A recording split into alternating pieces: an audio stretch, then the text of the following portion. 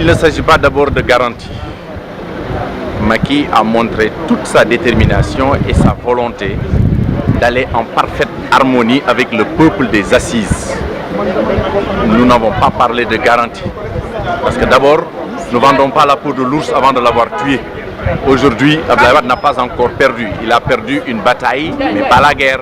Donc, le meilleur est à venir. Nous devons d'abord serrer les rangs. Tous actuellement derrière Macky Sall, qui est devenu le peuple des assises, d'abord.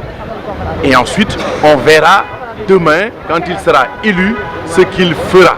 Mais de toute façon, il a montré toute sa bonne volonté d'être en parfaite harmonie avec l'ensemble des conclusions des assises. C'est la raison pour laquelle nous qui sommes dans Benno et en tant que leader de parti politique et Benno Siggil Sénégal et en tant que signataire aussi des assises, nous lui faisons entièrement confiance parce que nous savons que c'est pas la volonté qui lui manque et il ne fera pas du wax-waxet.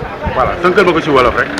waaw ma ne woon rek du question dañoo jël engagement wala dafa jël ay engagement non il a montré sa bonne volonté wane na ne lépp lu war ba ëllëg du réeroo ak assises yi ak waa Benno ak képp ku bokk ci assises rek wane na ko mais nag mbir mi eggagul fañ koy yaakaare ndaxte ak nu mënti doon Abdoulaye Wade ñàkkagul waaw bataille lay ñàkk mais guerre bi ñàkkagu ko donc li war mooy ñun ñëpp ñu àndandoo defandoo campagne ànd ak Macky Sall mi nga xamante ni bii il est le peuple le candidat aujourd'hui des assises wane na pas-pasam cawarteem ak dëgg gu dëgg ci moom ba ëllëg bés bu ñu ko falee président engagement yi nga xamante ni bii di bëgg na ko teg ba waa Sénégal gis ko mu doxal ko yëpp gis nañ ne wax dëgg yàlla mën nañ ko def confiance bu ëllëgee bu gagné et lépp lu mu waxanteeg ñun ba dina ko def looloo ci toll mais pour l'instant dañuy ànd ak moom xeex pour gagner Abdoulaye Wade parce que loolu mooy wax ci